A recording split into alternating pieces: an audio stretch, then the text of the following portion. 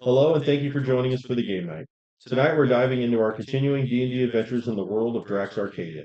Let's start with an introduction of our players and their characters. Hello, my name is Phil. I play Cassius Gricken, MD.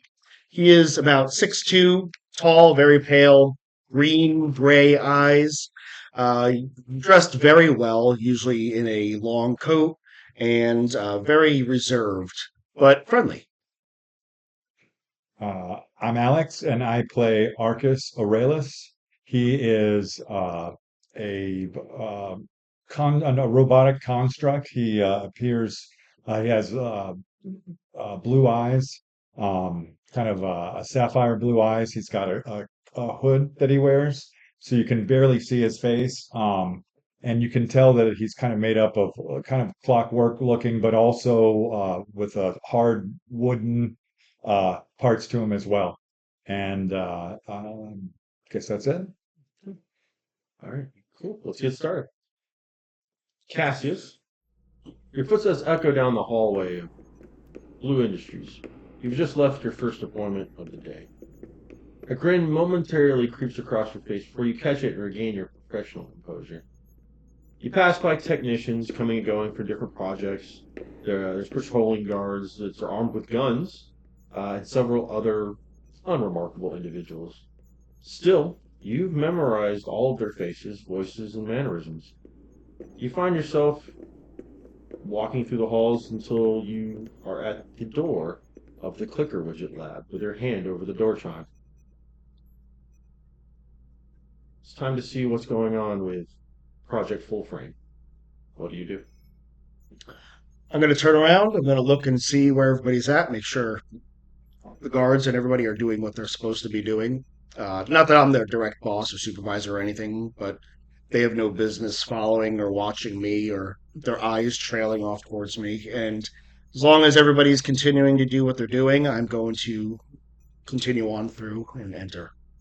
Um, you chime, and there's a short while later, not even 2 seconds, you hear as the door clicks and swings open. As it does, you hear a of like the compression of the room and the equalization of the two environs. Mm-hmm. It's a small moment that I actually sort of enjoy when that sound happens because it kind of a puff of air just blows my coat open and it's a little dramatic and feels cool and um, he remembers that not many people like him walk into this room and he belongs there and he's gonna walk on in and make sure the door closes appropriately behind him.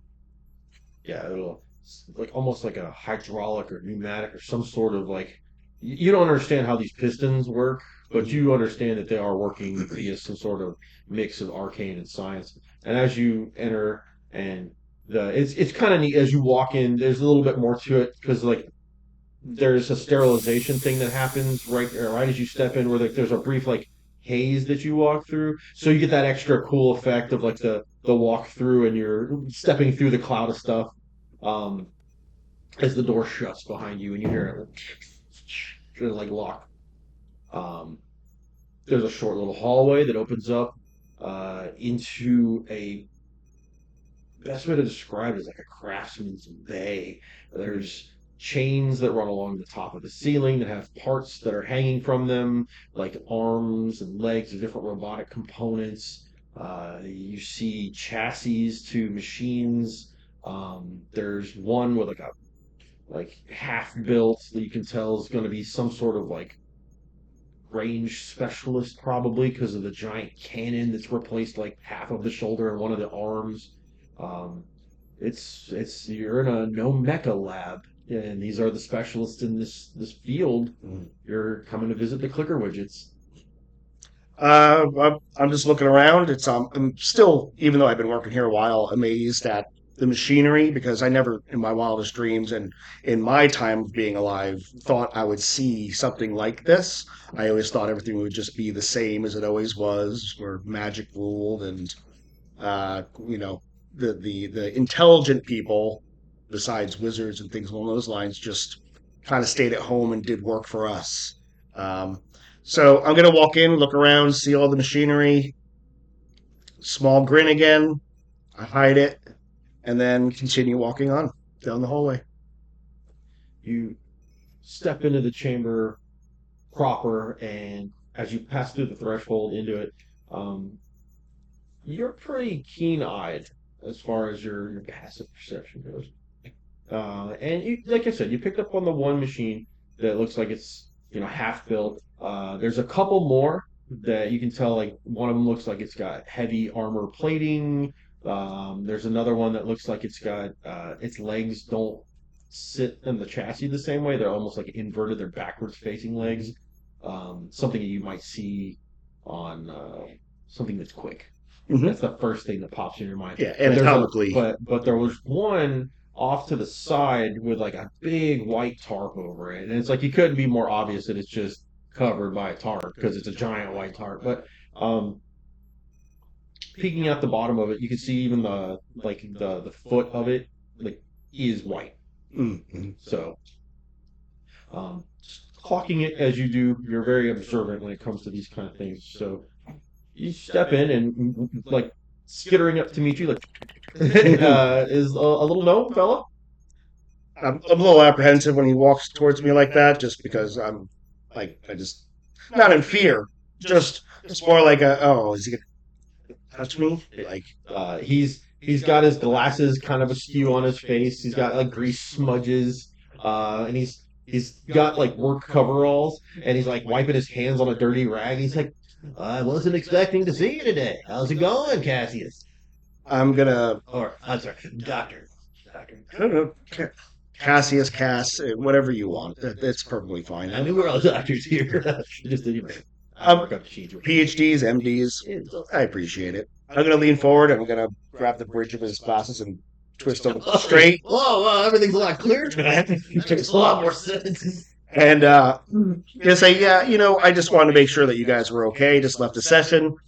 Uh, we were talking about a few things, and it kind of made me think about you guys. I want to make sure that you guys are okay. This individual is having a lot of problems at work, and it was bogging him down. I wanted to make sure you guys are good because you work so much, and that's why I'm here. Yeah. The everything's going along just fine. I We got to talk to Mr. Blue earlier today. He thanked us for the work on the prototype suits for what these guys are going to end up being, and he like gestures towards the ones you already saw, like the one with a giant arm cannon and things like that. He's like, yeah, he said the testing's going really well for the pilots of the other ones, and the synchronization's going well. There's no real side effects. So he said you're good with the pilots, and they're all coming out clear. So this sounds amazing. Yeah, I've been speaking to them almost every single day. They have my personal contact information. They don't quite know where I live, but I do keep an open line with them, and if they want to meet in a coffee shop or something to talk, I'm always available, and they know that. It's glad that we have someone like you around here. Of course. Lily's around here somewhere. She's probably inside one of these things fixing something. But you hear like clanking, or like when it's echoing through the room. You don't know which of these machines is crawling around, but the one that he skittered away from was the one with the gun on. Okay. So, we're cruising right along. These guys are on schedule, and every time we seem to catch a snag, it's nice. Mr. Blue is able to like find like that missing thing that we need to help keep us, getting that one step closer to finishing this. So he's been pretty awesome. Good. You be getting along with him pretty well? Oh, yeah. For the most part. I mean, it does suck that we can't, like, leave. It's part of, like, the, being all secretive about this stuff. Kind of like an NDA. But, yeah, we got, like, another year. So, and then, we get to wallow in our success. Absolutely. You know what? You guys are going to be heroes, and everybody's going to look up to you. More importantly than that, everybody's going to be proud of you. Yeah. When Tower fell apart a couple 20 years ago at this point now, right? It really put the world in a spiral, and then the shattering happened, and now we're sitting trying. I mean, there's still people who claim to be heroes, but I mean, you see it out there on the streets. This place, this city, what little we saw when we got here, wasn't the nicest place, but I mean, that's historically, from what I understand, this place isn't very nice. Yeah. But all over the world, everything's just kind of like we went from relying on heroes to now we kind of had to figure it out for ourselves, and it did not go well. Yeah, that's shattering. It destroyed a lot of families, killed a lot of people, and I'm still seeing a lot of people that are reeling from that incident, if you want to call that. And it's just a real shame, and I hate to see it. Hmm. Yeah. Well, is there anything I can help you with other than fine hello and I'd offer you a handshake, but I can see by the way you keep stepping back when I yeah, it's dirty. I thought I was in your way. That's all it was. I didn't want to. No, one of the pilots complained about something being uncomfortable, and I wanted to see if there was anything I can do to sort of, when you're sitting in that thing all day and it's rocking and it's moving, and then, it causes that irritation, and then I want their mind to be super clear, and the clarity needs to be there for them. So really need that mind map right. Yeah, you're right. The we it kind of rides up in the bits, right? I Yeah. understand with the straps, but you got to be strapped in super good, or else like you can get knocked around. You can be rattled like a spring fan. Yeah, I mean, I'm an MD. I'm not a proctologist. I'm a psychiatrist, so I can't really help them too much with that. So just figured I'd come and stop by, take a look. But, very difficult question, but a very simple question, very difficult answer. Uh, I'll talk to I'll talk to Lily about it and see what she has. Maybe we can switch up the whatever material we're using for the seat itself. There's not a whole lot we can do in the transfer of weight. And at this point, you kind of like you're like, okay, as he's starting to like go off on a tangent, like talking about equations and lateral movement. I'm actually going to stare off Yeah, somewhere else in the distance. he's like, oh, sorry, I do that all the time. But no, yeah, we'll put it on the list. Appreciate it. Yeah. Anything we can do to make this work better? Because right now, like these, and he gestures towards the back of the chamber, and you do see like a suit, like a couple of like no mecha suits that you're familiar with. There's their traditional style that looks it looks stuff like it's straight out of Final Fantasy 3, like with the Vegitech suits, like but like but it's something like akin to that, where they're big, bulky, open cockpits, armored, but like these ones look like pretty new, but they've been running around for years, with like generations of these things. So you've seen them like models where like they've got rivets and they're plated together and it's half slapdash, but this is like several generations down the line of they've ironed out a few of the kinks and stuff like that, but those things are specifically designed for gnomes, and they're not meant for like some of the size of a human or orc, or even somebody as big as a Goliath or something to drive. And like the new suits are designed to be variable and adjustable so that any species can pilot these things. And with that comes a lot of new ground, new things, and along with the idea of the new interface system. The Project Full Frame isn't just called that for S's and G's. It's because the integration between the machine and the pilot is supposed to be almost seamless. Eventually, the pilots and the machines will be bonded enough to be like one entity, essentially, while they're in combat and while they're doing what they need to do. And like these things aren't all completely designed for combat. They're meant for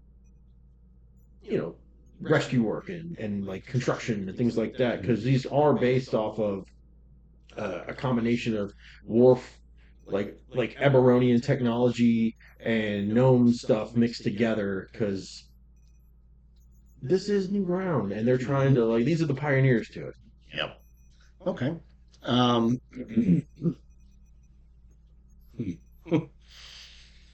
I have a whole lot here with my manual, so I want to make sure that things are good. Just reading over as you say that to me. So I was like, well, I can hear her rattling around back there, but so if you want, I can find Lily. If not, no, you don't have to bother her. No, not at all. I just wanted to make sure a couple of the things were good in there, and I know making some adjustments could possibly change where we need to place a few things. I mean, we've got a lot of things in there that are hard to come by. I mean, I designed the consciousness transfer project. So it's I'm just making sure that everything is going appropriately because I don't like when things don't go appropriately. That's for sure. That thing, something rattles loose. Next thing you know, your arm's falling off of the machine you're driving, or a thread Yeah, snaps loose, and you're going spinning off of. Yeah, it's a thing. right. Or they go mad and kill everybody. So that would be horrible. That's awful. Yeah, it's terrible. I don't want to see Yeah, that. we don't want none of that. Yeah, That was a an unfortunate prototype incident. it sure was. So let's try to do that again. And his face does shift and his tone does change to more of like a yeah, you're right. It's like, but we gotta take chances for science. Absolutely. One sacrifice, it's going to save a lot of people.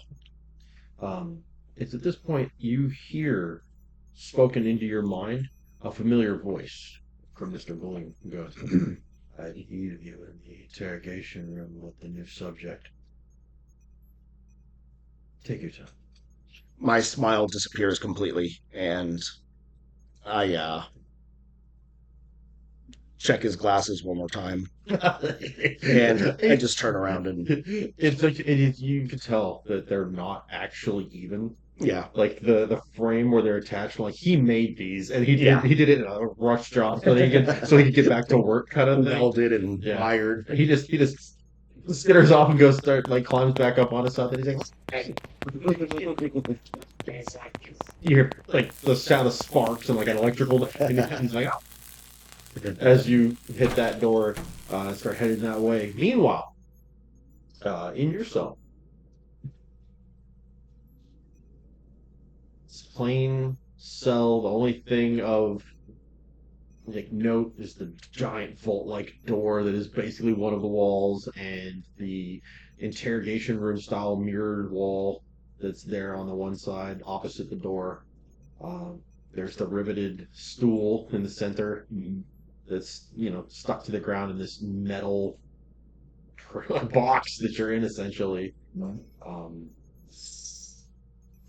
That's in front of me, so that's for me to sit on or somebody else to sit in?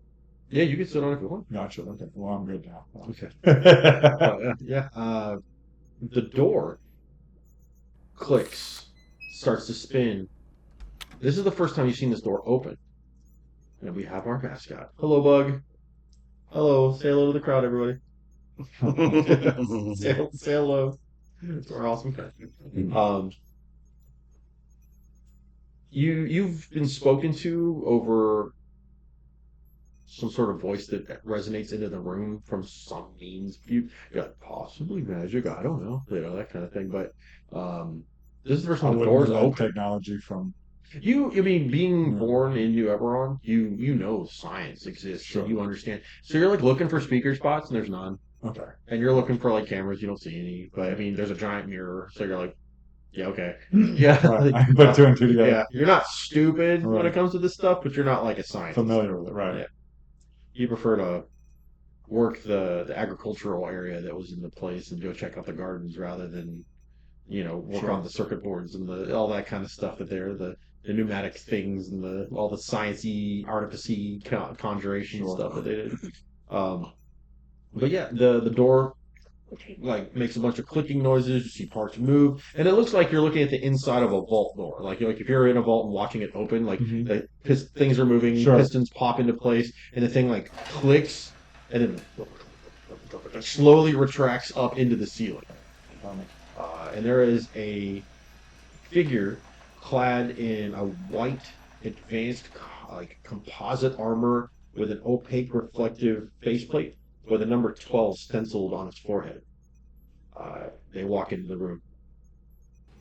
They slowly start to circle you. The door stays open.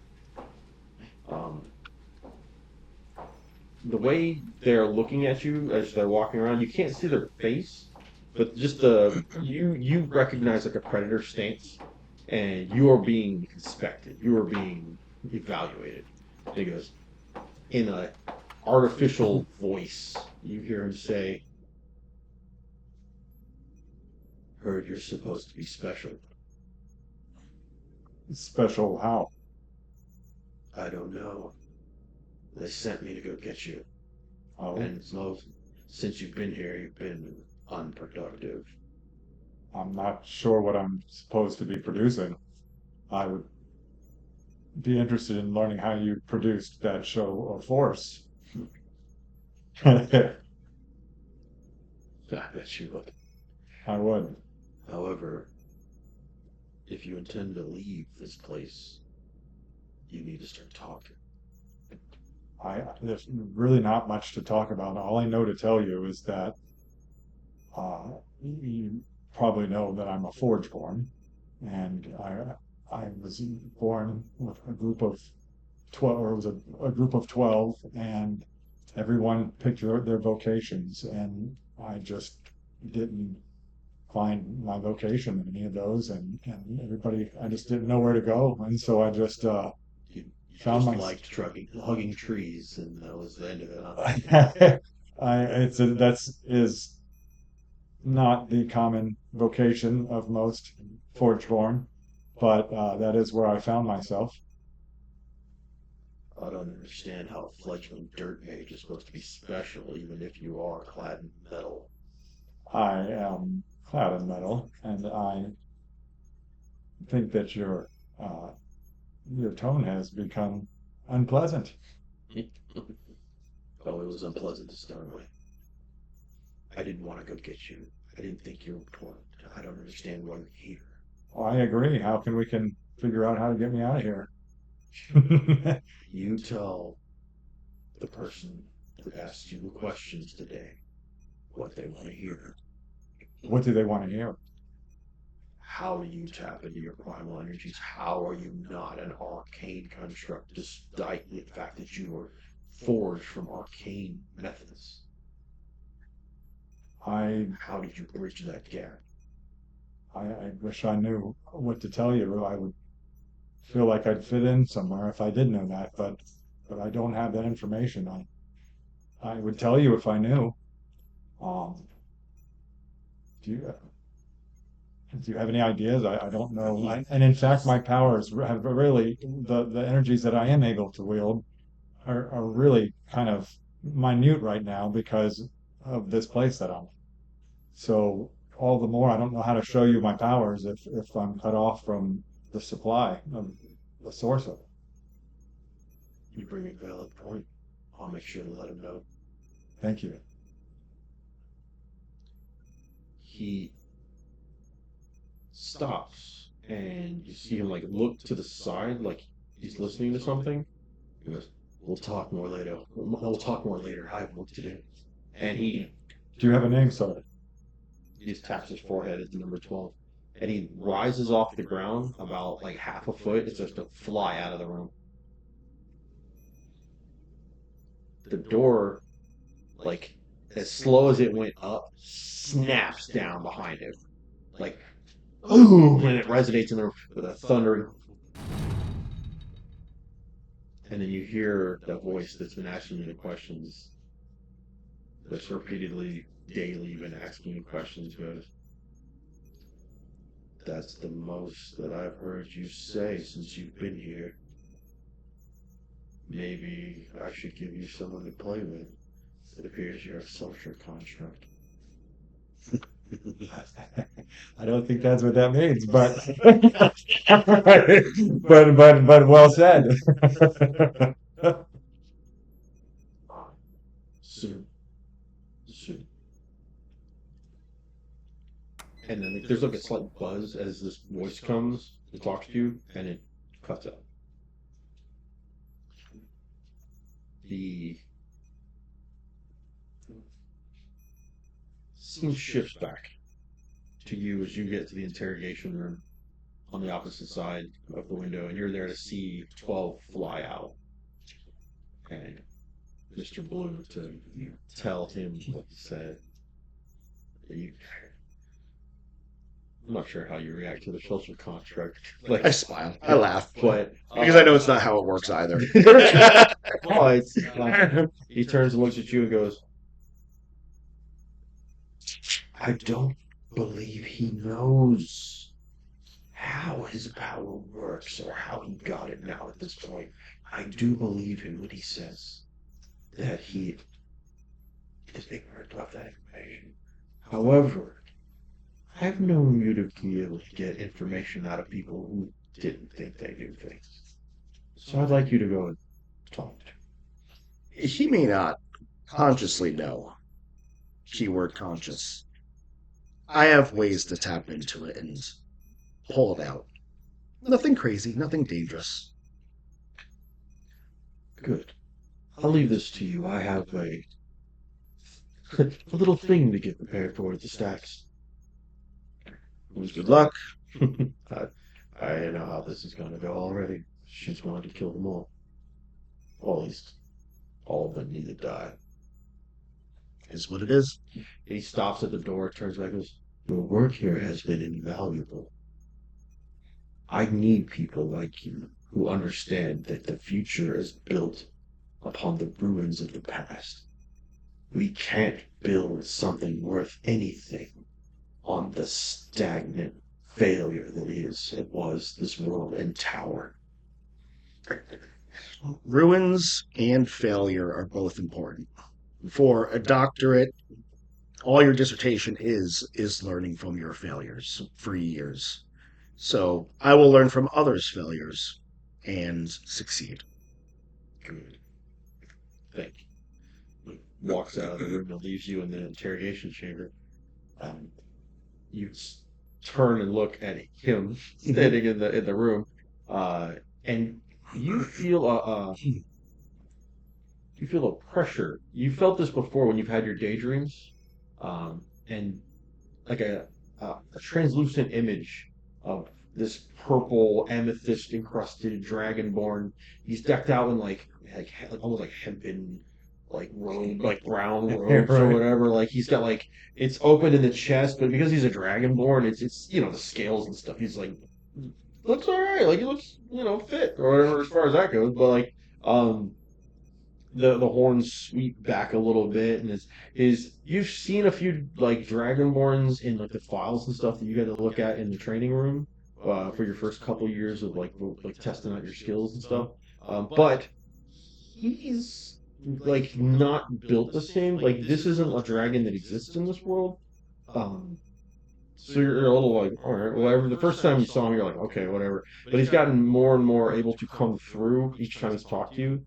Um, and this time he pops in and goes, "I was able to find you when whatever they have in place for a brief moment stopped. I assume you're in prison here." And you see him kind of looking around the room. "I won't be able to maintain a connection for very long. The interference is like starts to like kind of like not like a staticky like electronic way, but like almost like somebody's like he's an image on like being projected on smoke, and somebody's like blowing into the smoke and starting to like whisper. He's like, "I know where you are. I'm coming. Stay safe. You're important." And then just walks away. Am I in the room? Okay. You're He sees that? across the room. You don't see anybody in there. You don't see Right, talking to right. anybody. Okay. But I am in the room with him when the You're in the interrogation room on the Mhm. opposite side of the glass, and he's inside the cell. got it. Okay. And I don't really respond to him so much, right? So I just kind It's of, all you don't have to speak. right? It's all in your head. But for a moment, yeah, I would say you saw him kind of like look in one direction for a little bit. Okay. But Yeah. whether that's what you can infer from that, it's going to be difficult. Right. Okay. What would you do? I'm gonna stand at the glass for a short time, 10, 15 seconds, and stare and just watch him for a little There's bit. a panel that comes off and like forward from the glass Mhm. with a few buttons. You can tell one of them is to electrify the room. Like all of the walls, it galvanizes everything and electrocutes whoever's in here. And there's like a dial to control how bad. There's one where it's obviously for speaking. There's another one that will project your appearance into the room as well. If you activate both, it has sound and a visual It uses illusory magic to create almost like a hologram. Okay. Is anybody else here besides myself and Just the two. two of us? Uh, is the electric on or no? It's off right now. It's off right It's now. off. Okay. Uh, Don't confuse yeah. It's just off lefty loosey. Yeah. This one goes to 11. No. Um, I don't know. I think I know I have those options, but I think I want to go in. I'm actually gonna Your knock the authorization. glass. Yeah, you're off. Okay. I'm just knock, and then You would hear the dum, dum on the mirror. Hello? and I'm gonna take that as I'm gonna go in from there. Yeah, you the same way 12 went in. You hear as the door goes up into the ceiling, Mhm. and you're able to stride in. Okay. I'm going to. I'm going to leave the door open as well, like 12 did. I'm going to be standing in line of the door, so he'd have to push me out of the way to get out. And I'm going to step into the room, and my hands are going to be right here, like, hey. I'm not here to intrude. I wanted to knock and make sure that you were, in the right space for me to be able to come in and talk. Well, thank you. You're much kinder than that 12 fellow. Kindness is sometimes a learned ability. So He actually wound up being quite reasonable Hmm. after. Of course, that's just what he wanted me to perceive. possible. Perception is different for everybody, right? So just a second ago before I came in, I was looking through the glass, not spying, but I did look and where were you? Meaning, Little moments, sometimes we have those fleeting moments where we're staring off. I do it all the time. People call me out for it. Call it daydreaming. You seem to be daydreaming. Anything in particular? I do seem to have started daydreaming, which for me is quite unique in and of itself. Yeah. Just because, most constructs aren't known for their dreams. Sure. Yeah. And so that is a new thing for me. Yeah, it's definitely interesting. Have you any idea who I am by any chance? Not that you should. I don't know much of anything other than that 12 fellow has a magical blast and is unsavory, and appear to be a prisoner here. So, prisoner. Yes, I can see how you feel like you are a prisoner, and it's not meant to feel that way. It's going to for a little bit. However, think of this as a little bit of a quarantine. Okay? Where am I being quarantined from? And I'm more than happy to explain my side of things for this. The way people act towards you, the things that they ask you, seems like an interrogation, and I know they keep saying interrogation. The issue is they've built something great here, and there are a lot of important things happening here. That needs to stay, and that needs to not be compromised. And sometimes when a Forgeborn or Warforged, either one, enter this area, there are a lot of hacking opportunities that they can take. And with someone as unique as you, and I know people keep telling you that, with the consciousness, we don't know what you're capable of. Therefore, you're in a room so that we can get to the bottom of it and then potentially, not necessarily work together, but work something out so that we can maybe get you what you need. I've spent the last couple years, or at least the last year, out in the woods. I see that. I don't see how I could hack into much of anything. Sure. Yeah, no, I mean, and that on the surface is very obvious. However, in our line of work, we see a lot of deception. And I'm not saying that you're lying to me. I just don't know who you are, right? What line of work is that? So I'm a doctor. I'm a psychiatrist, and what I try to do, and what my specialty is consciousness.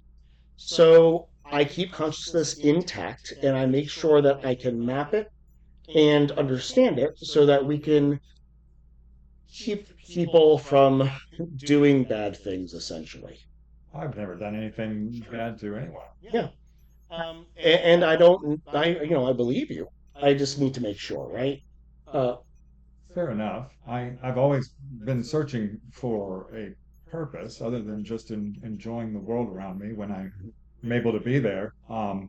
But these conditions are well, to be honest with you, I don't know how you can even study me because I'm separated from where I assume I get my power from.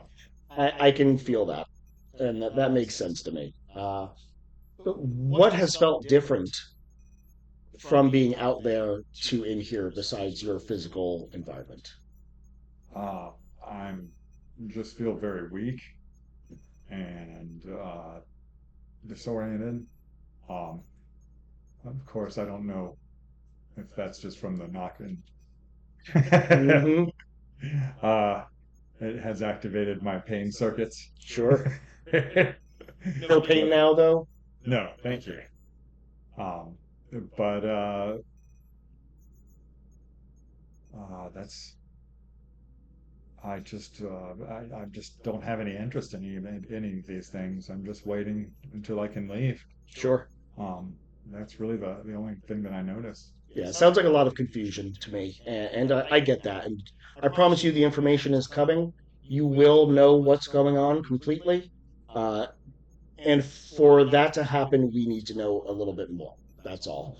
Would Um, it be possible to have some trees in my cell here? so, and I can try to figure something out. We can see if we get some sort of hologram or something like that that kind of gets. I know that doesn't seem natural. Really, it's like this Sure. waterfall over here. Again, With the bell. remember, there's a lot of things that are delicate, and we need to make sure that we have all biologics under control within this area. That's all. So, speaking of information, your name's Arcus, right? It is. Do you know what an Arcus is?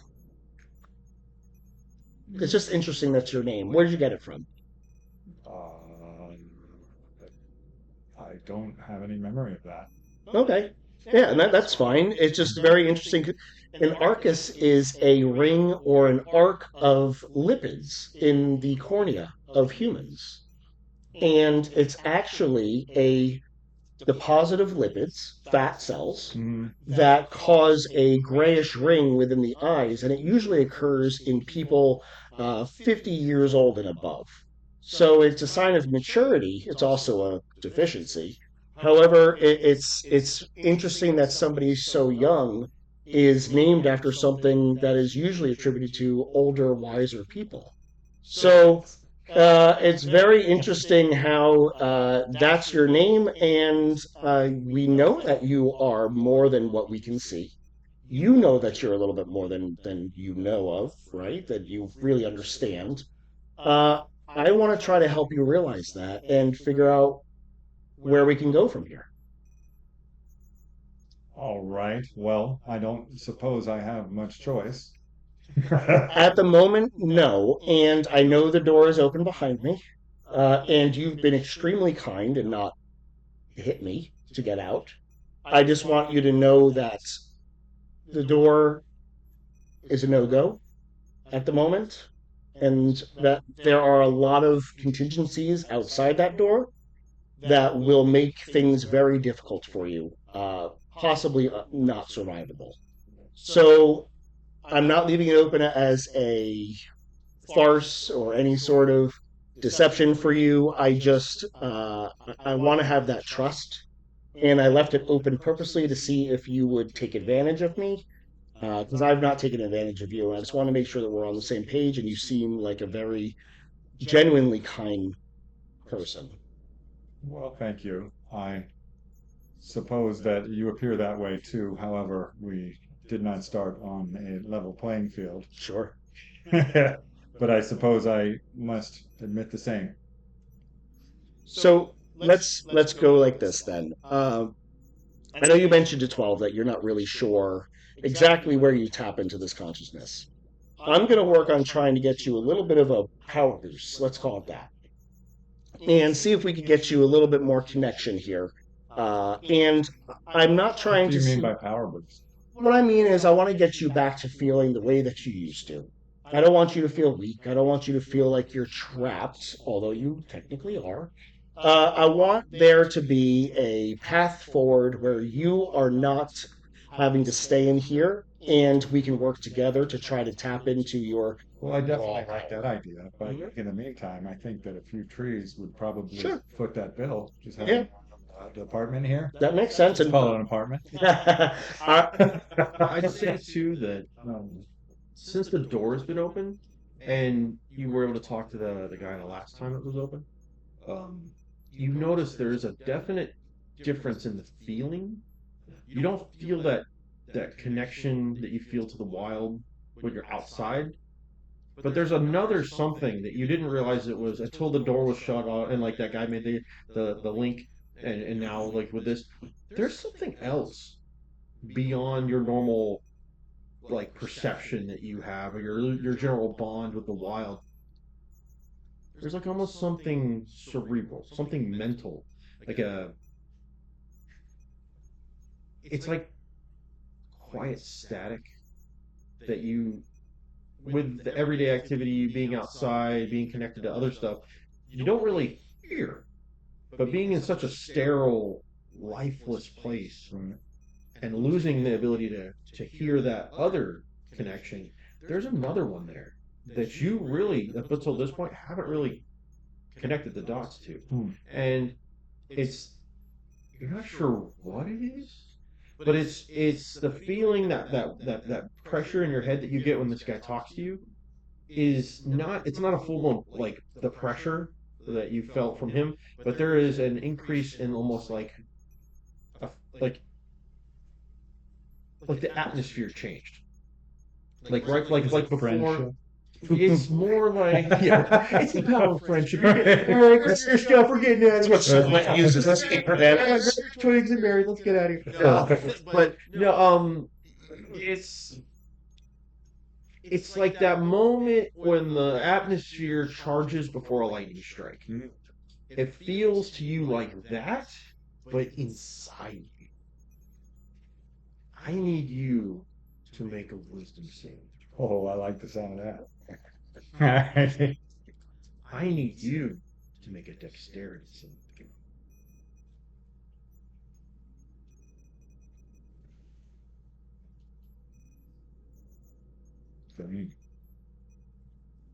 7. 7. 15. That pressure, like that feeling of that charge starts to build up and build up and build up to the point where you're like, uh-oh. And you see his body language shift.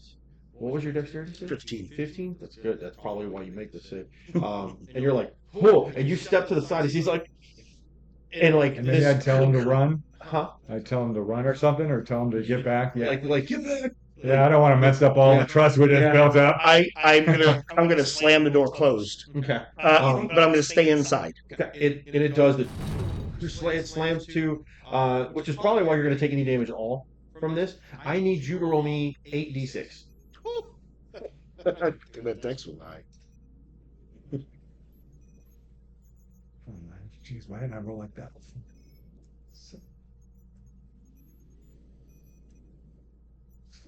That's 11. 13.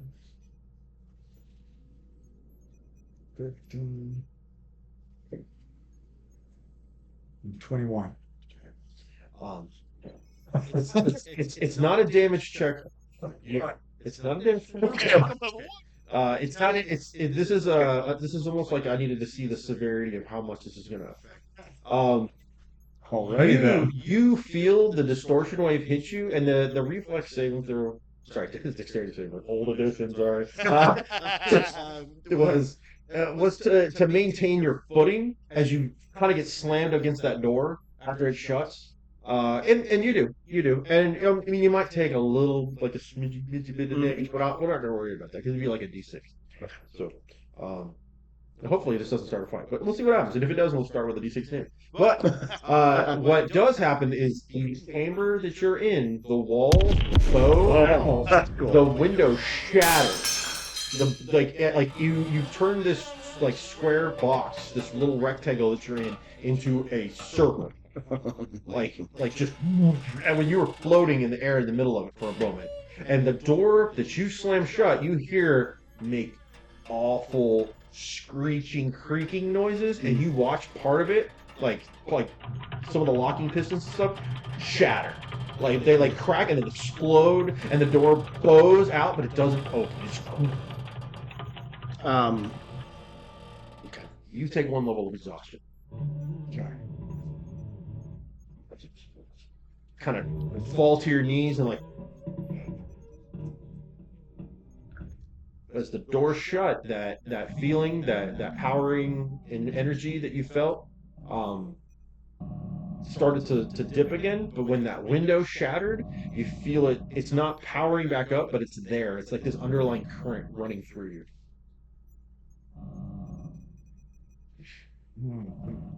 Did I feel anything other than pain? You didn't like you got smacked a little bit from like almost like a mild concussion wave from this. The what happened to you as an organic being versus what happens to all of the like metal constructed components is like miles apart. Somehow he sent out this shockwave that was not intended to hurt anyone, but to fuck up everything. Okay. And you're roll me an insight check. Okay.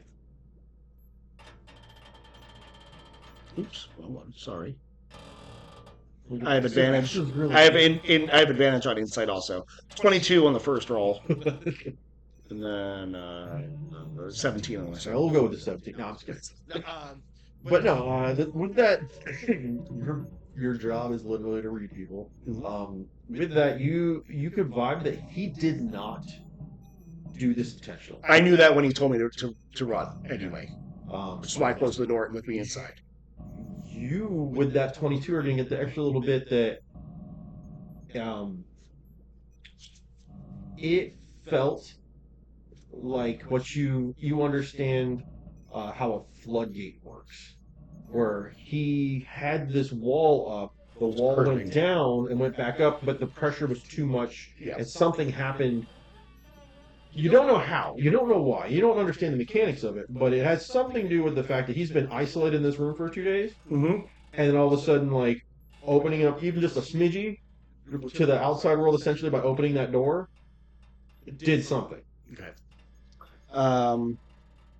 I am recovering from being blown against the wall. I do have my scalpel out. Can I cast Cure Wounds Yeah, from absolutely. here? Yeah, or can I not get through the door? The door's still I'm open. inside. I'm in the room with you. Yes, I would cast Cure Wounds. I look at him and I'm like still just watching, and I'm slowly putting my scalpel back away. And whew! I said that's going to raise some attention. You just purged. What did you just do? I just saw when the door opened, I just felt an energy come from it. It was different than what I'm used to in nature, or maybe it was just less of it. I don't know what it was, but I don't know after that. I really don't know. I didn't mean to do that. If I wasn't in trouble before, I know I am now. No, I wouldn't worry about that. I'm in here with you. I don't think you'll get a bill for this. We're gonna have to find somewhere else. At this point, it's also difficult to stand in this. I'm sliding. Like the only like there's a stool and then like And it's almost like a butt cake. the room is round now. The room has been It's like like blown out. like it's been blown Like out and it's putting dynamite under a Yeah. tube and letting it blow up inside. It's not like a perfect sphere, but it's like it definitely pushed it out in like Explosion. in like an organic shape instead of like the very constructed box that you were in previously. Well, That was I fascinating. did say that I didn't feel good. Like a few trees, please. You would understand that it would technically be possible to take him into certain parts of the facility that are still more of what the old mines used to be. Mhm. It has while it's not technically outside, it is underground in like a natural environment. Like you could go off into like some of the like the little grotto areas that still exist. There's mushrooms and stuff, so that is an option. And you kind of have carte blanche to do what's necessary. So that's an option in your wheelhouse. The other thing is, I mean, there are inhibitor collars that you can put on people that can suppress this stuff. That doesn't help with what I'm trying to figure out. Okay, I'm going to brace myself against the wall so I don't slide down and end up underneath you. And I will obviously. I know you haven't said it, but I just picture you just sitting there, like sitting on a stool, like I'll figure it out. Feel better now. I throw this is for. I thrown up. I know that people are going to be rushing this way. Do I have communication with people to let them know? Hey, on your like it's like a charm bracelet. Okay. And each of the charms connects to like a different like person within the agency. Okay. And you know which charm is for sending a message. It's essentially functions as the message spell, where you can like a walkie-talkie, like say something, and they'll get the message and be able to talk back to you. Okay. I'm gonna say. And this one would because the head of security is 12. Yeah, I figured. I'm gonna go right to him over the message, and I'm gonna say, everybody's okay. Get here. Not ready to fight. I said there is no fight. And I'm gonna wait. My fault. Had Mexican food. No, sorry. Mexico's canon now. An enchilada, Jacob. It's not even Taco Tuesday at the cafeteria. But you hear back like I'm middle of something right now because his voice is not masculine or feminine. It's that just like distortion box voice that you hear. It's like I'm in the middle of something. I will be there when I'm able to. I'm glad to know that it's not imperative. Thank you. I will tell security to stand down. Okay. I do want security here though because we're gonna move. You hear because it stops. You stop hearing him when he stops. Okay, I'll do that. Hold on a second. You hear like it's weird because like it's just like what you hear him go like maximum punch. Like you hear him say that. Like he's like if something happens and he's like yeah. Okay, cool. All right, I'll take care of this. Okay. Let's get you somewhere more comfortable. All right. What is your name, sir? Oh, Cassius. Cassius. Yeah. Yep. Cassius Ricken. Nice to meet you, Cassius. I'm Arcus Aurelius. Pleasure to meet you. Let's see if we get you somewhere more comfortable and maybe make that a little less common of a happening and get you a little bit more of what you want. You hear the door start to do the clicking and whirling that it normally does when it opens, and it goes. And it doesn't quite get to the open position. It raises up a couple inches off the floor, and it's a giant gaping open window now that was that mirrored wall. I mean, this way, sir, and I'm going to climb through the window. I will do the same. You guys make your way through out the other one. You see the guards like banging on the security like override on the other door on the outside, and they're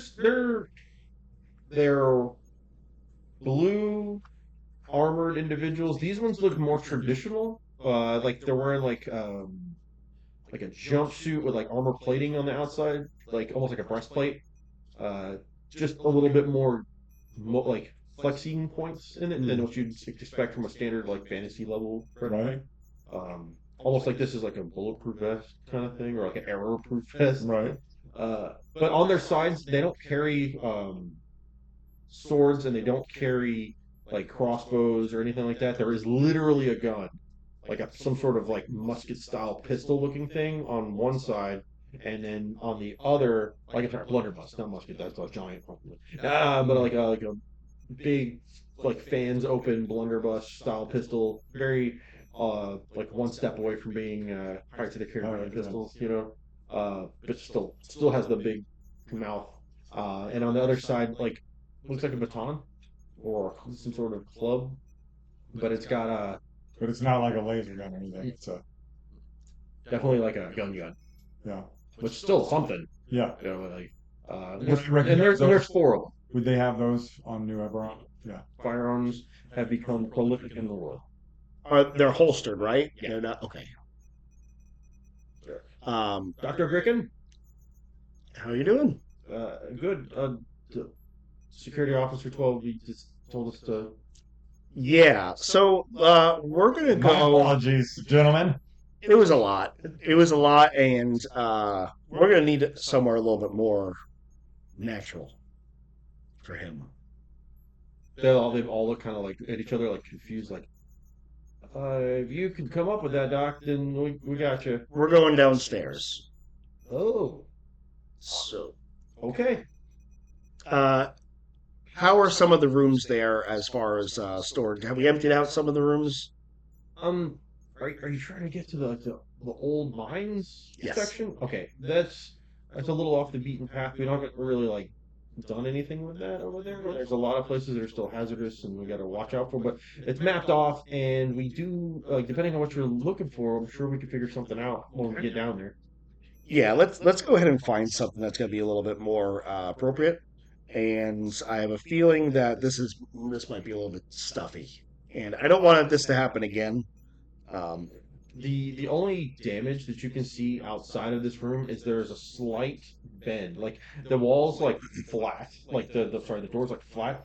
There's just a little bowing on the big main vault door From where from where you did your thing. But where you don't see like the walls outside of it or like around it. The it feels very much like some sort of like military facility from like the movies or something like that. It's got that same vibe. I would be There's really curious too once I heard him saying about underground, because I'm assuming that there would be no underground in New Eberron, and so it would be a part of nature that it would be real different for me. So I'd probably actually really like it, even and really like it yeah. because it's brand new, and it would still be nature, and it would just be different. So yeah, I'd probably get along there just as well as anywhere else, even though not traditional, but still nature. There's like a lift system that they use in the base that has multiple floors. But you're able to all of you squeeze in Captain America and elevator style and take it down.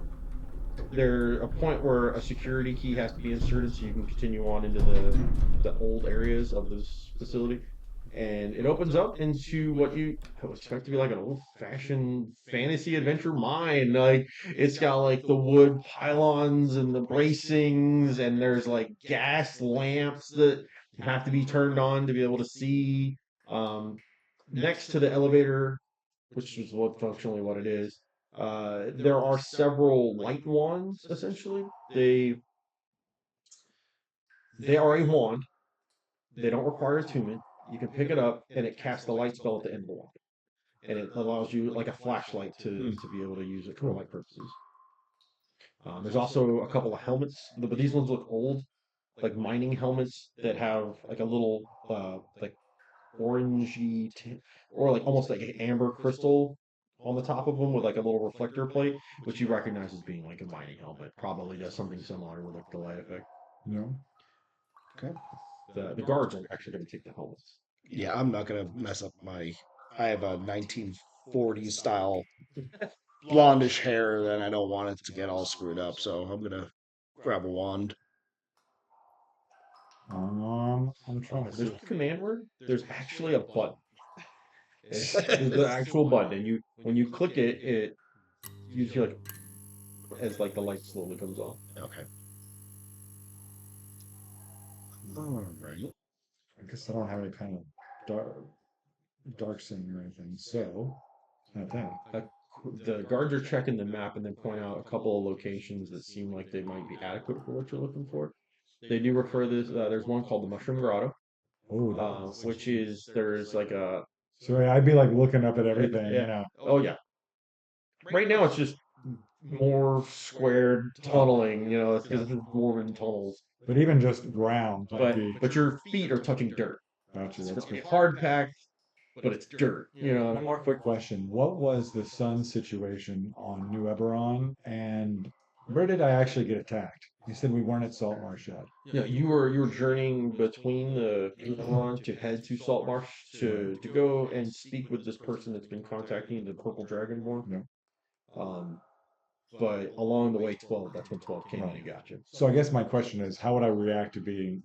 I wanted to know how I would react to being away from the sun in particular. Would that bother me, or because I'm back to nature, I'm all good? You Being a at, robot's a little at different. first, because you're used to like abundance when it comes to nature. You're used to the bounty and the energy that flows through that. And this one starts to trickle in like like a gentle stream versus a raging river. Right. And you start slowly feel your connection to nature return to you. Okay. All right. But it's not done in a way where like you're like, Flash. it's back, baby. Right. But no, it's like, oh, there you are. Hmm. I'm gonna look over. How you feeling? This is beautiful. It's a very different sort of beautiful, but I can feel I'm feeling much more like myself. Good. I'm gonna look at the guards and say, bring them to the mycelium. Okay.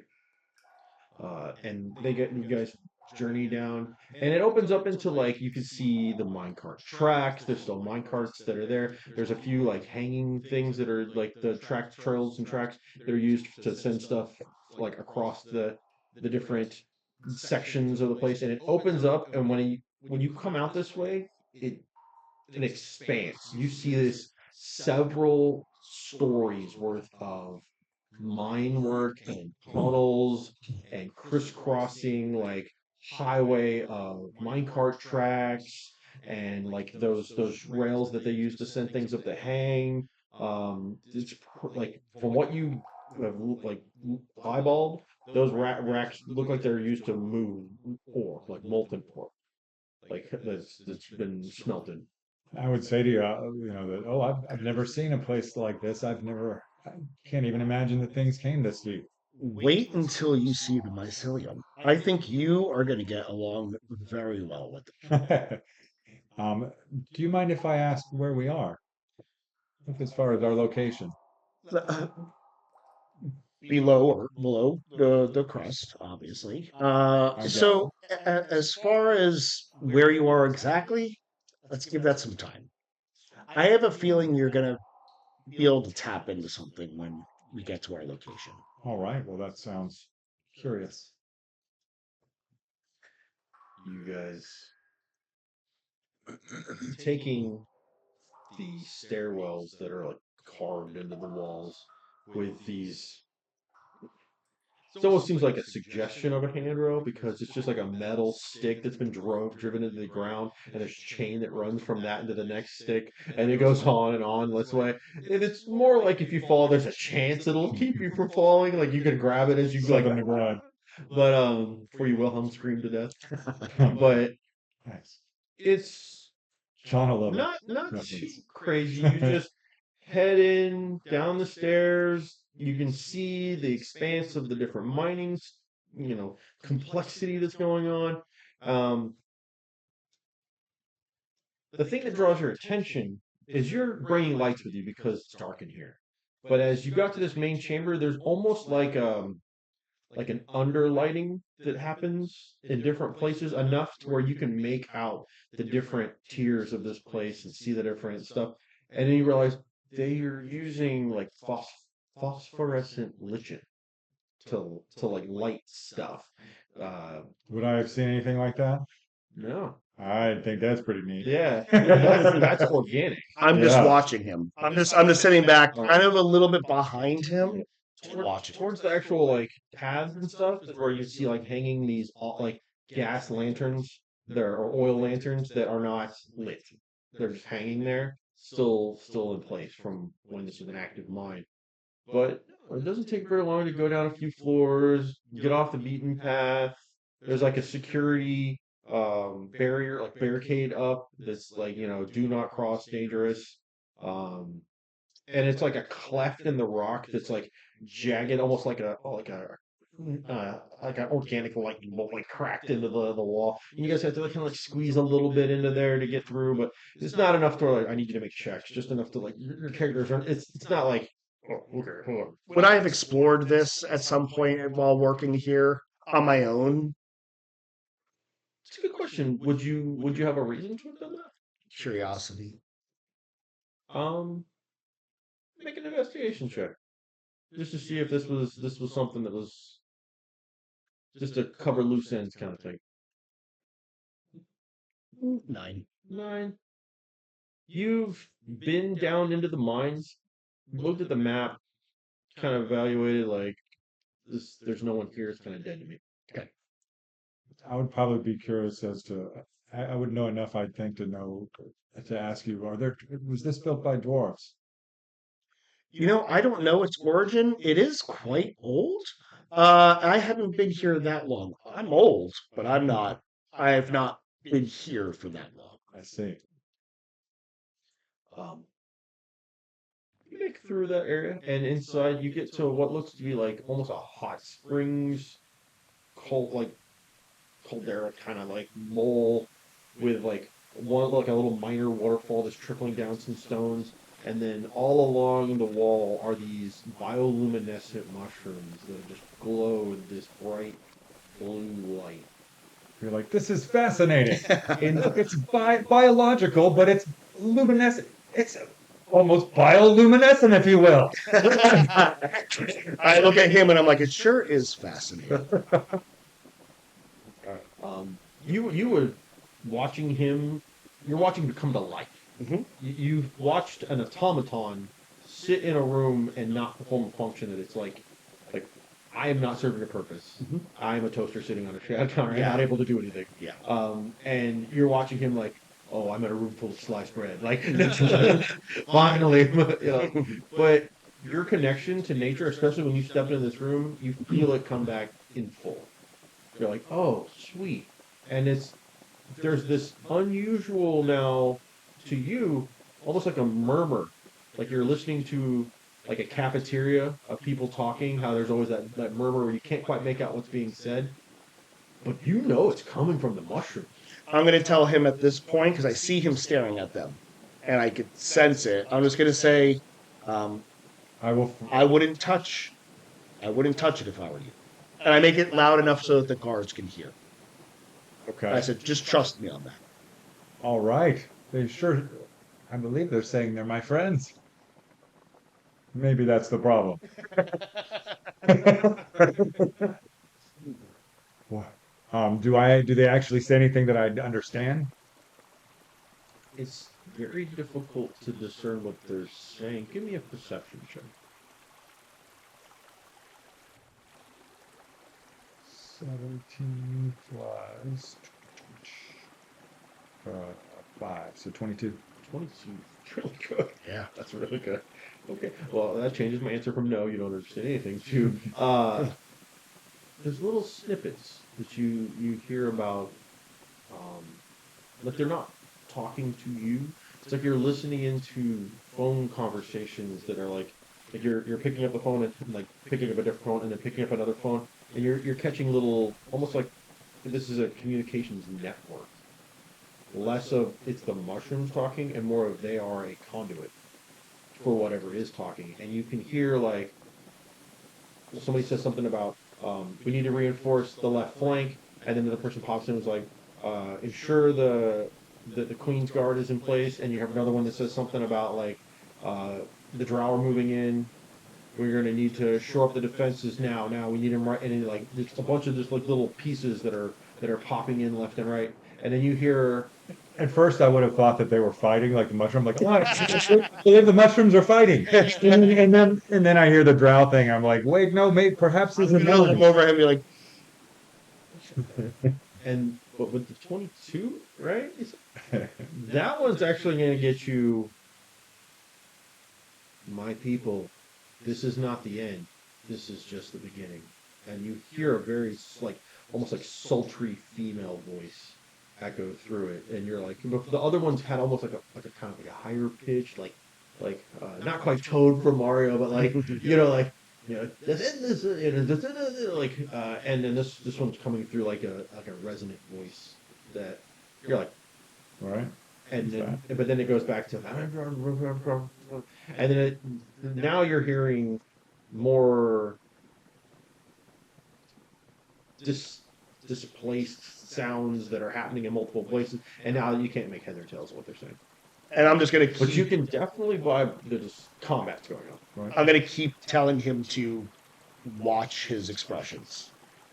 Watch my expression. Like be careful how you're expressed. Like, I'm not gonna say this to you. I'm gonna look at you and be like calm down.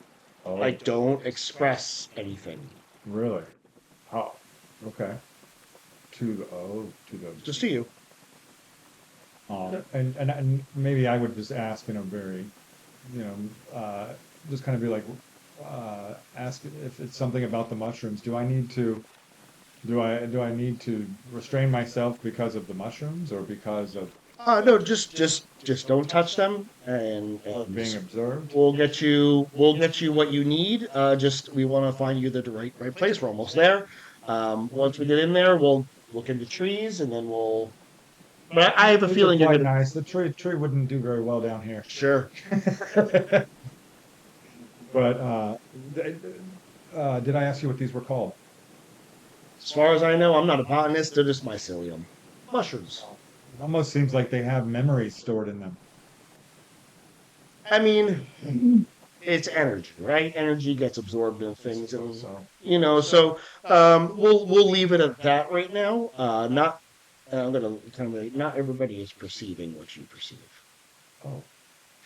Um, and I'm going to tell him You didn't to. even like any mushrooms. Yeah, I'm gonna continue to be like. I hope this environment will be adequate until we can find you a better place. Well, this will be just fine. And to reassure you, I have no need to ingest food or drink, so you don't need to be concerned about me and bothering your friends there. We're pretty close to getting him into the room or wherever he's going to be going. There's a couple of like storage rooms that they can be used for the purposes of like a cell. Mm-hmm. Do you want to put him in a box like that again? Nope. Or are you okay with it being a place like this? I'm okay with him being in a place like that, as long as the guards, that's what the intention was. And Okay. Yeah, and the guards, they're fine. They'll having a couple stay with him and like stay outside. yeah, I'm going to tell them. I'm going to continue. I have a couple more questions. Saying to the guards, I just have a few more questions for a friend here. If you don't mind, they might get a little bit personal. If you could step outside, and I'll be right out. I'll let you know, and we'll go back upstairs. The guards like nod their heads to listen to you, so they head out. I'm going to walk up to you, and I'm going to say, Arcus, touch the mushrooms.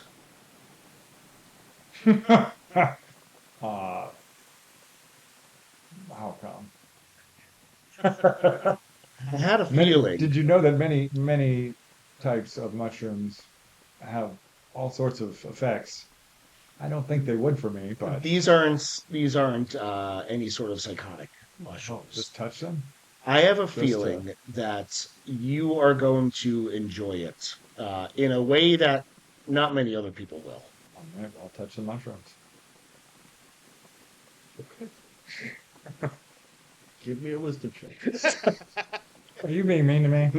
No, we built up all this trust, and then you're gonna give me a bad trip here. In your Is he doing a wisdom saving throw or wisdom check? check. Okay. A 12 plus. If that's not enough, I'll Okay. I'll give him Just a guidance. check. It's just a modifier. Oh, so plus 8.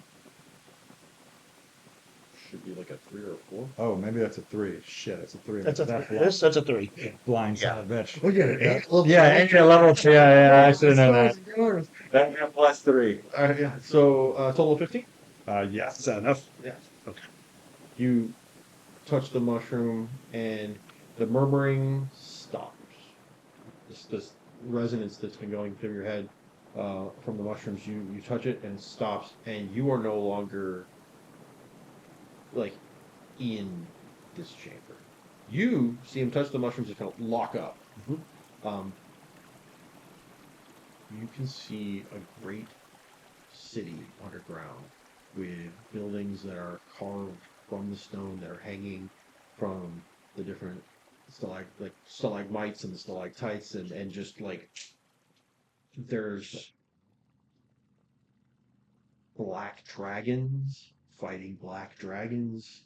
You can see like these giant like hulking mushroom things like smacking into like squads of drow fighters that are like decked out in their shadow armor and you see like drow spellcasters weaving arcane blasts.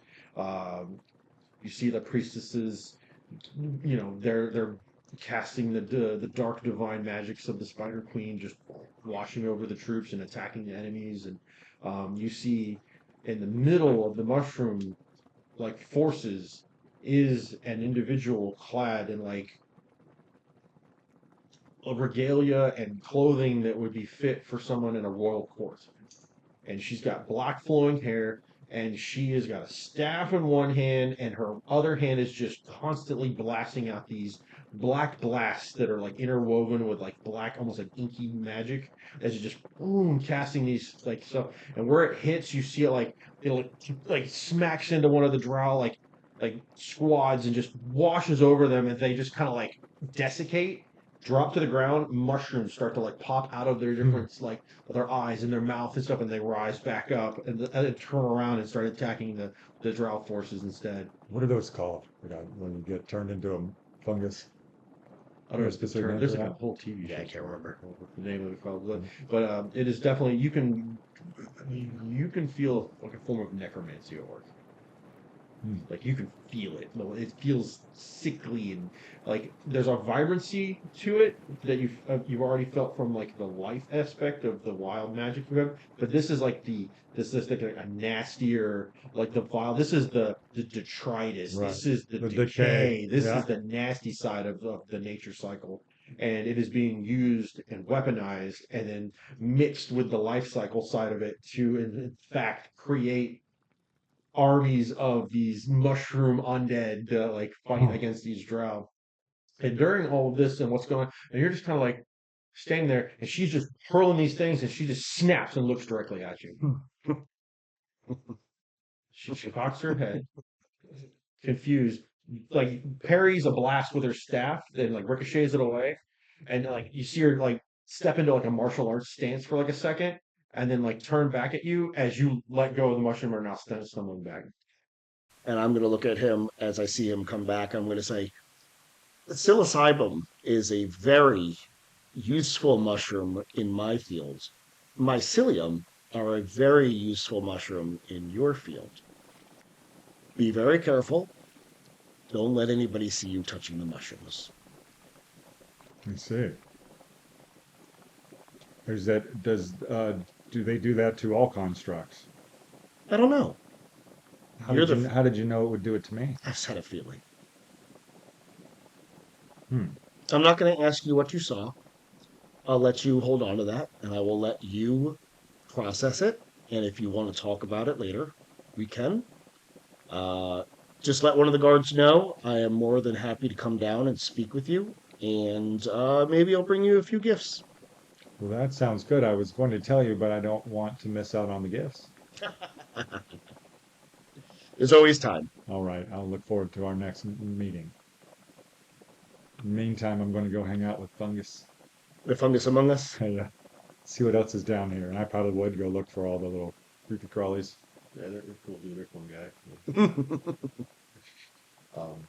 But no, like, and it's when you open your senses up, you can feel that there is life all throughout here. There's burrowing animals that are like weaving their way through the earth and stone and dirt and stuff, and you can feel like insects and things like that. And it's not forest wildlife like you're used to feeling. Could I still ask them Or how deep bayou. we were? They would still know how deep down we were. Could I ask them how deep down we were? I believe you have speak with it. Yes, I Yeah. do. That's Like why I'm that. asking. If you would like to cast it, you could definitely ask. Yeah, if I'm going to be down here for a you while. could reach out and ask and see what Yeah. answers you. Yeah, and just kind of say, I mean, I guess that's all they know is how deep we are. Right? It got out right. They're not going to be like, oh, we're picking me the 150. Right. No, I don't think you're deep enough to talk with abyssal chickens, though. Right. I don't think there's any down there. Motherfuckers. Let's see. How many spells do I have? I'm sure you'll get a rest. Yeah. Okay. Yeah, I'll go ahead and do that one. What does that look like? What do you when you cast that spell? Let's see. Good job spelling I would say that would be a weird mix of like almost shamanistic chants and noises that other people can't make. You know, kind of a weird. The only thing that can happen is the speaker. Yeah. From one of the walls, you see crumbling some stone and some rocks kind of falls off, and then like some dirt pushes out, and you see a gopher Huh. step out and goes, "What?" I am held.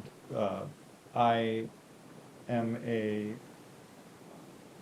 guest here in the underworld, and I'm just curious about my surroundings. Can you tell me anything? Are we deep? Yep.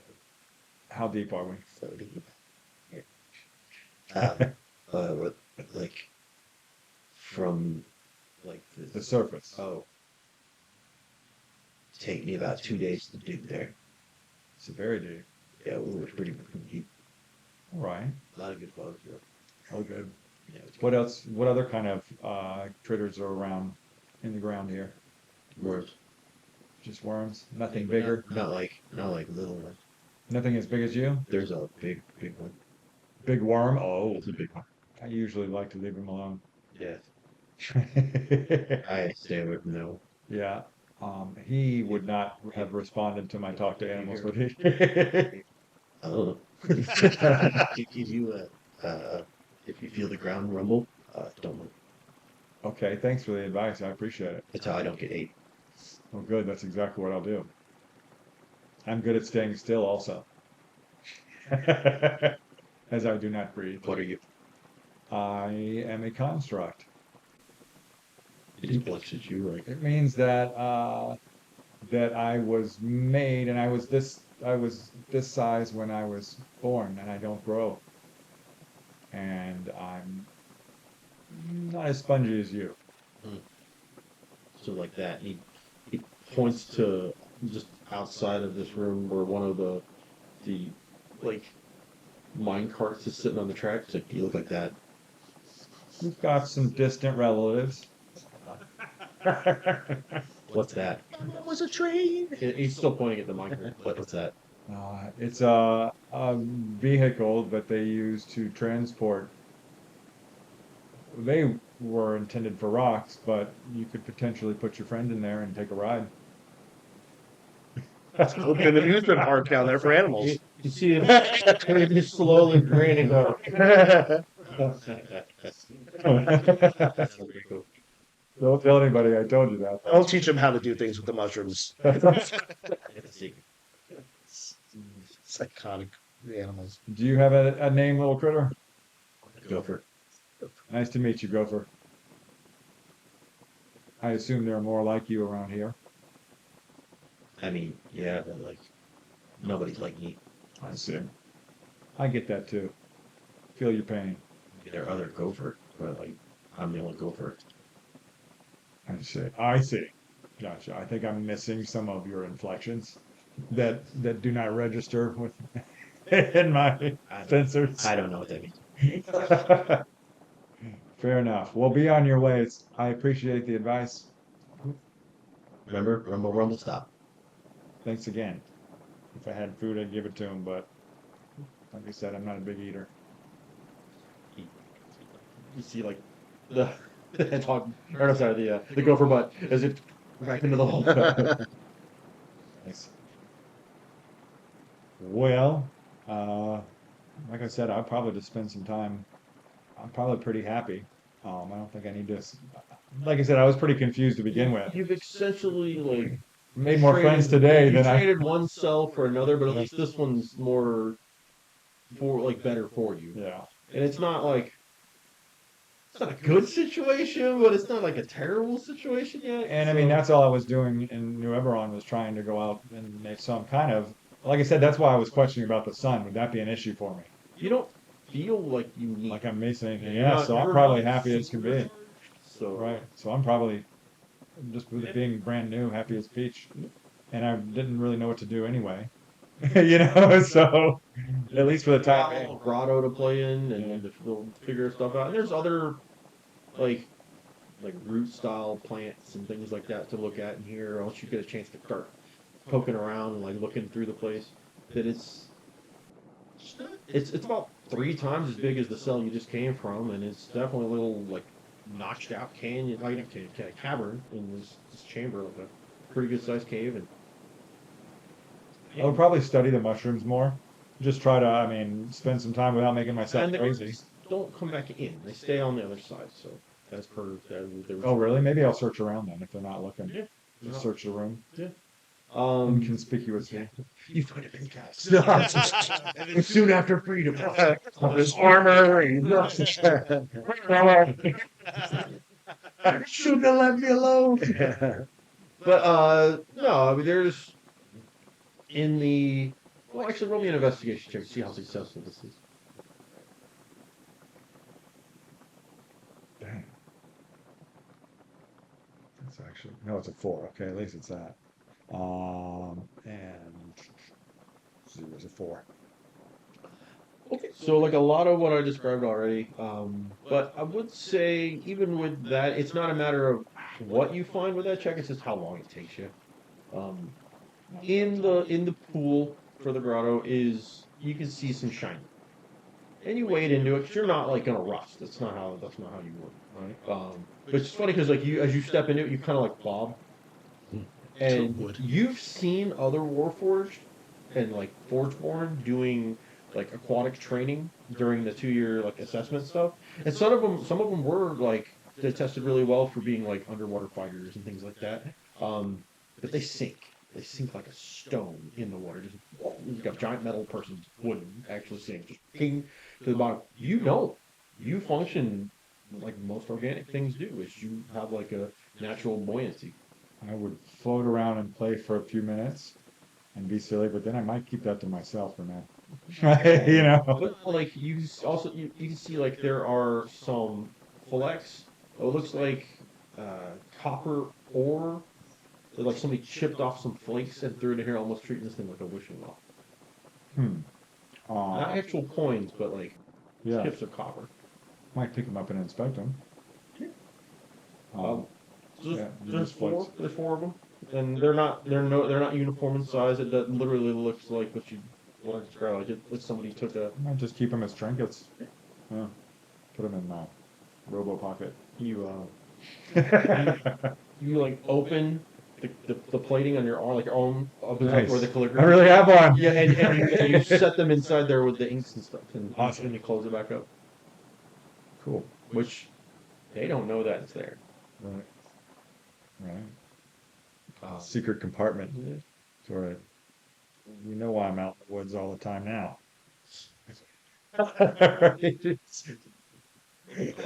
It's just get. He likes the trees. I'm a druid, man. All right. So back to you. You let him be. Mhm. Where are you going? I'm kind of just following, well, I guess one of the guards who's going back up. I'm not really looking up. I have my notebook out and I'm looking down and writing and sort of kind of looking up and following behind him as we make our way back upstairs.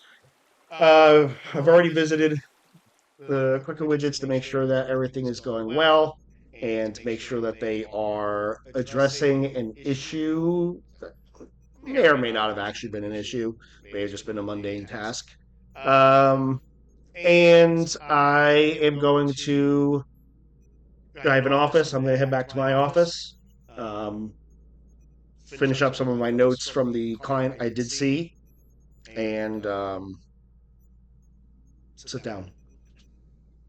Oh. you're able to do all those things uninterrupted, unimpeded, and you're working on filing your notes and taking care of the loose ends of the process. Uh, when you hear the loud banging that is happening in the hallway. Okay. Like close to where I am. Yeah, it sounds very much like it's coming closer in your direction, but it sounds like if someone were to take like a whole like bag trash can full of like a metal trash can full of pots and pans. It's like slam clack clack clack, slam clack clack clack, slam clack clack, just and it's getting louder and louder as it gets closer to you. Okay. I am going to. Do I have a camera system or anything in my office where I could see stuff like that? No. I mean, I'm gonna open my door and peek out. You, along with a couple of other individuals, are doing the exact same thing. Like some of the doors open and people like poke out, and you can tell these are other like learned individuals. Or something. But walking up the hallway is 12, and what's making the noise is he's got one of those older mech suit things, like those frames that they have, and he's got it behind his like on his shoulder, and he's like carrying it like over his shoulder with one hand, while he's got a gnome by the back of their like collar, like kicking it. Okay. I'm gonna toss my. I had some paperwork. I was gonna toss it onto the chair in my office. I'm gonna close the door. I'm gonna lock it, and I'm gonna look at him. I'm gonna be like, "Why here?" He's got something the clicker widgets need. Okay. Well, let's go to the bay. So let's go to them. And I don't. There's a lot of things around here that could go wrong with you dragging that around. You see, he's like, this is not for the clicker widgets, and he walks over to there's like a large like glass walled office that has the one door going into it, and it's like a completely smooth piece of curved glass. And he goes over to that and opens it, and the double doors swing open, and he drags that in and like throws it against the side of the wall, like next to his like looks like a desk kind of thing, but it's also like this weird multi-tiered curved thing. He throws it over there and goes, "That is a trophy. This is for the clicker widgets." And his little nose like, okay. All right. I'm going to. You can see like on that mech piece, like the different like parts of it. There's pieces missing. Not all of it's missing, like, but like you can see like good dents, like something that like this thing got shot by a cannon. Okay. It wasn't one of ours. It was just one that. This is old. Remember I was telling you how there's like the newer, sleeker looking ones, that are, like more rounded. This one's the old plate with the rivets and the. Okay. It's like old school. Got it. This thing's probably like 50 years old. Okay. Yeah. I'm like, all right. Into my office, and I'm going to unlock the door again. I'm gonna go in, and I'm gonna just sit behind my desk and sit down, and wait for him to come in with the gnome. He's still in the hallway. He tosses the gnome in and then steps in behind. Okay. And I say him. Yeah. To be clear, you don't know. There's not enough form-fitting function to this armor to determine any sort of like gender. But Okay. yeah, with that voice, it could be a robot. I don't know. Who knows? But yeah, he throws the gnome in. He's like, rolls and goes. "Have you had enough of that? Beating up the elderly." And you see pull off the flight cap that he was wearing, like the old school, like fighter planes flight cap from World War One. And pulls the goggles down around the neck. It's not nice. You didn't have to mess up my mecha. I'm not going to say anything to him. I'm just going to look at him, and I'm going to gesture to the chair across from my desk. What are you, the good cop? Sure. Oh gosh. He goes over to him and he like puts an elbow on the seat. Little legs just a kicking. He climbs up onto it.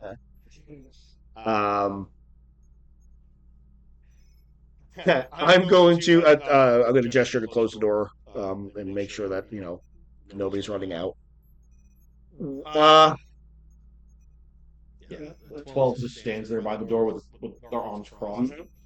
Would I have known anything about gnomes or what, like, sort of like where this one would be from, or what they had just been through and saw? Yeah, yeah. Okay. You know the history of the gnomes. Okay. I'm going to have them sit down, and I'm going to look at them and say, "What's your name?"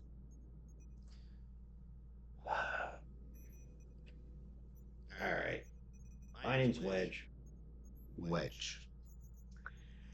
I'm Cassius, and my friend 12 over there went through all this trouble to bring you all the way back here.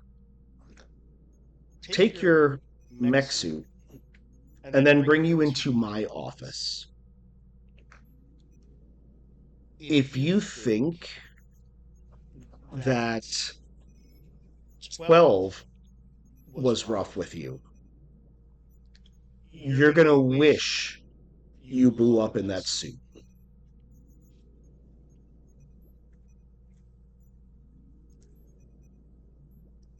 I need you to tell me where you got that suit. It's mine. It's been mine since the first war. Okay. Who trained you on it? Trained. Back then we figured this stuff out as we went. So you've had this suit and you've been attuning to it for 50 years now. At least. Okay. And you know this isn't like what the clicker widgets are working on, mhm. but you also know that from time to time Mr. Blue acquires pieces from other people's things. The gnomes, they always had like a baseline of this is what the suits did. All of them always customized their stuff themselves. Okay. None of them, after a few years, are identical at all. Like, they might have replaced the way the shocks worked, or Sure. like, yeah, things like that. Or even if it was just something as simple as like they swapped the seats out. You know what I mean? Yep, Like, yep. and like put fuzzy dice. You know. Is 12 trying to get something specific out of him? Because I have a plan. If he's not looking for something specific. He doesn't seem to be giving you anything. He's a sphinx. He's just standing there, faceplate. You know, can't tell. So, man, at least 50 years in one suit. You must be pretty good with it. Yeah, you could say that. Hmm. Not as good as I thought. Jeez, this guy. But it took this long to be able to stop it, right? So you've got to have some sort of natural ability. I don't even understand why I got attacked in the first place. Mm-hmm. Yeah. There's always a reason, and that's not important. The important thing is you're sitting in my office in front of me, and I'm working on something very interesting that I think you can help me out with. You see, He like looks around the office. He's like, "What exactly would that be?" I know you're looking in here and you see, that diploma behind me, and it may not seem very intimidating. However, what I think you can provide is far more important than you knowing what I do here. But I'm still going to let you in on a little secret. Roll me an intimidation. Okay. Oops. I have advantage on it. First roll's a 17. Second roll's a 7.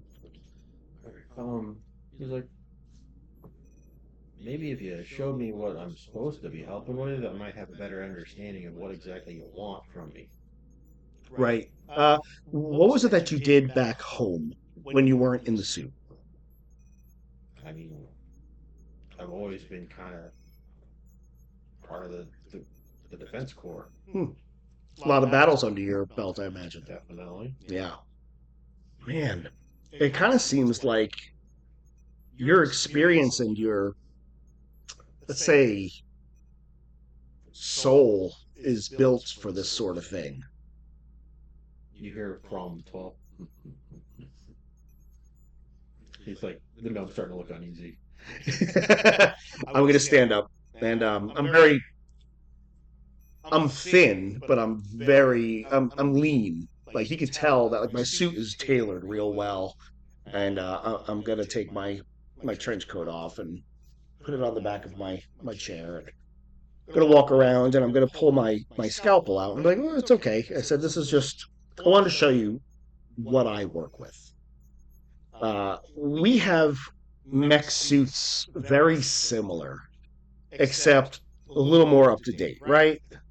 And I was thinking to myself a little while ago, what's missing in this mech suit besides, a really good pilot? And then it came to me that if these suits were like a co-pilot in themselves, it'd be so much easier to train the pilots to be as experienced as you are with 50 plus years of doing it, right? You see his eyes squint. He's like, I once met a couple that was trying to get funding for a project. The clicker widgets. Mm. This was 20 years ago, before the shattering. Mm-hmm. You're using a lot of the same phrasing and terminology. And it didn't go over real well with the Artificers Council then, and I don't know how that's going to fly now. Mm. Yeah, I don't think anything like that really got off the ground, right? You don't think so? Couldn't have possibly. Only a deception check.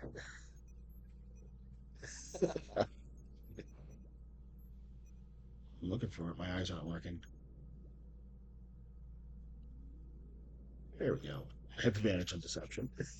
So 16 for the first roll. 19 for the second roll. Yeah, he's like, oh, yeah, that'd be crazy. Wild. Well, I'm glad that we're both on the same page. I do know the clicker widgets, though. I've met them. It was probably... His eyes go big. And Gnome's eyes are already big on the eyes, so this is like full-blown, like... I'm going to get close to him and lean in, and I'm going to make my face change into Lily. Clicker widget? Chair. He's already like back to where like his ankles are like hanging off the chair, so he can't sit back anymore.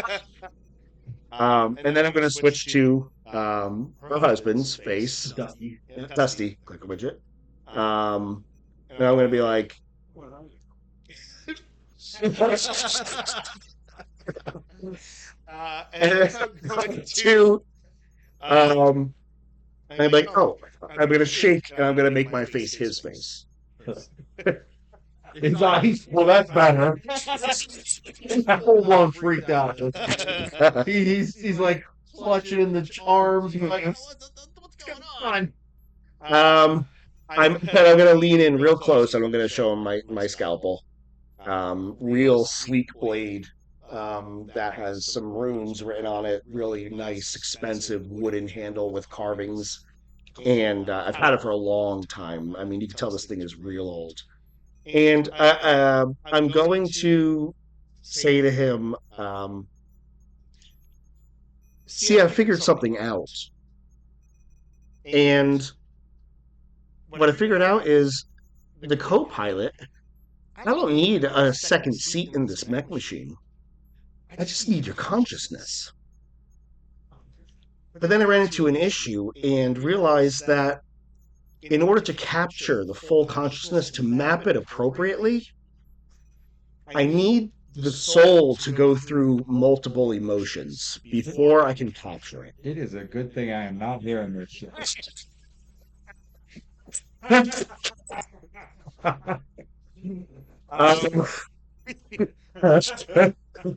Facts. True words.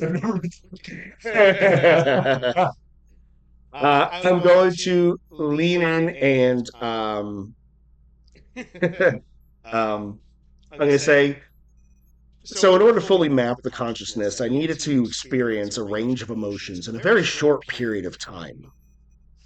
And one of the most powerful emotions I could get the experience through is fear.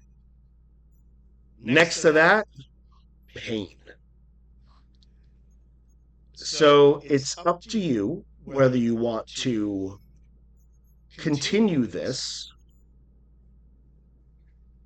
or if you want to willingly give up your consciousness. And then you could be a part of our mech program permanently. As at this point, 12 takes a couple steps towards him. And meanwhile, back in the grotto, you're doing your druid thing. You're just hanging out. And at this point, kind of just like, you know, granted, I'm stuck in this room. It's gotten a lot better. Sure, I'll need to figure out a way to get out of this mess, but we'll get there. Well, I don't realize yet that he's crooked now that we know that. He's your buddy. He gave you a nice place to hang out. My I wisdom score though. Let's keep that in mind. So I want to catch on sooner. Hopefully, rather than You, I can still be good to you. It's true. you see falling from the ceiling one single leaf. And as it does, it catches the little bit of light that's in the room and reflects it. Like the leaf's made of metal. What do you do? I would probably go hold up. Like it's slowly fluttering down. Yeah, I'd probably go hold up my hand to it. It, like, as it like it gently brings itself to where it lands perfectly in your palm without you having to like move. And you can tell a little bit because of the cross studies that you did, and a little bit just from you know it. This leaf is made of mithril, but it's alive. This is a living mithril leaf. That's cool. It's a metal thing like me that's alive. It's alive. Oh, that's my best friend. And it reflected in it. When you look at it, you don't see your face. You see the face of a very old, bearded Matthew McConaughey.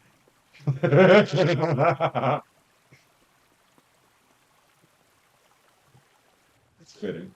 Matthew McConaughey. What do you do when you see that reflection? Probably try to talk to him. Please? Well, I'd be like, hello. That's not what I should be saying. Who are you? Well, there's people who call me the Great Binder, the Keeper of the World Tree. Binder keeper. I got a bunch of titles, and I used to have a lot more than that. What I can tell you is we have a common ally, and my name is Clovis. Ah. Well, nice to meet you, Clovis. Do you frequent leaf often? Yeah. It's a very convenient way of conveying information in a way that most people can't interfere with. I've never seen another non-biological creature such as myself like this that or well, that's not true. Or at least in this form. Here we go. This natural thing made of metal, man. But no, he's like, it's all right. What I'm here to do, this won't take very long because we don't have very long, is that I was directed to reach out to you and let you know that somebody's got their eye on you for something bigger. Don't lose hope. Don't lose hope. Do you know anything about my captors? Yeah, little. Oh. But I can tell you without messing up what has to happen kind of organically is that I like that. this enemy that has you, and don't be misled, they are all enemies, is been a thorn in the side of the tower back when it stood, unseen for so long that it was able to spread its roots before we were able to try to burn it out. Hmm. Very Well, dangerous. I will admit that some of the captors here have not been very pleasant, so I have no reason not to believe you. But is there anything that you can to reassure me that you are who you say you are? Um, the leaf transforms into what looks like an oak leaf. Like it went from like very like the generic like what you'd expect from like a leaf like picture like a leaf Mhm. whatever. This one shifts to be specifically to look like an oak leaf with a face imprinted on it, like very faintly imprinted on it. He's like, he wants me to give you this. You're gonna need it soon, but just know that you are where you're supposed to be. Hmm. Keep this. And Belief? in the reflection, you see him take his hand and press it to his chest. And like when he lets go of it, he's no longer in the image. He's gone. It's just belief. All right. I would normally do the same thing except that I have a compartment, so just put it in there. I didn't want to break the leaf. Yeah, you open the calligraphy set, just move some stuff around, make set the leaf in, close. I think, or just, or I don't know. Maybe I should do the hard thing like you did. Huh? You do that? Yeah, I'll try it. You press it and you feel it like you let go, and the leaf stays, and you see it kind of like do liquidy, It's magnetic. and it goes under the wooden parts of your armor to where it like just drips inside of you. You don't have to. Okay, cool. You don't feel weird. You don't feel like anything bad just happened, but you don't feel anything. So that's kind of unusual. Well, I'm just up for anything, aren't I? Yeah. Can be a good date. All right. What happened? But with that, we cut to you, and they're screaming, and you're just smiling, and 12's just standing there beside you, and we cut back to you, and you're like touching the mushrooms, and this time it's taking you to like other places in the world that there are these groves, and you're able to see from the perspective of like if you were in a garden someplace that overlooked like a mountain range, or you can jump and you jump to another place and it's like rolling plains. There's another one that's like in the middle of a desert, and you're able to like just almost like you're able to like view the world from this small place just because of these mushrooms. I would probably indulge in that too, just because of the experience. And I mean, as far as learning new things, and then also just the connection with nature, then I'd probably, You don't it go doesn't make back. me act funny or anything. No, So I can just stop it yeah, when somebody comes yeah. up. It's not like you're you don't ever go back to the place with the drow or the lady who looked at you. Um, Hmm. You don't hear back from the purple dragonborn yet. You don't. No more leaves fall from the ceiling. You have acquired a new consciousness to add to the systems. Um, you're leaving the clicker widget's lab. They're smiling and thanking you for the new component. They said this will help. They can already tell, like just from the quick systems test, it's really good relay part, and we'll be able to add it to the new system with the gun. Um, This one gave me some trouble, so it's just real finicky getting those little pieces together. So Yeah, sometimes the finicky ones need this, and he pulls up a mallet, not knowing that he's echoing what you just did. yeah, yeah, yeah, yeah. Um, but it's getting to be like evening time at this point. It's hard to tell underground.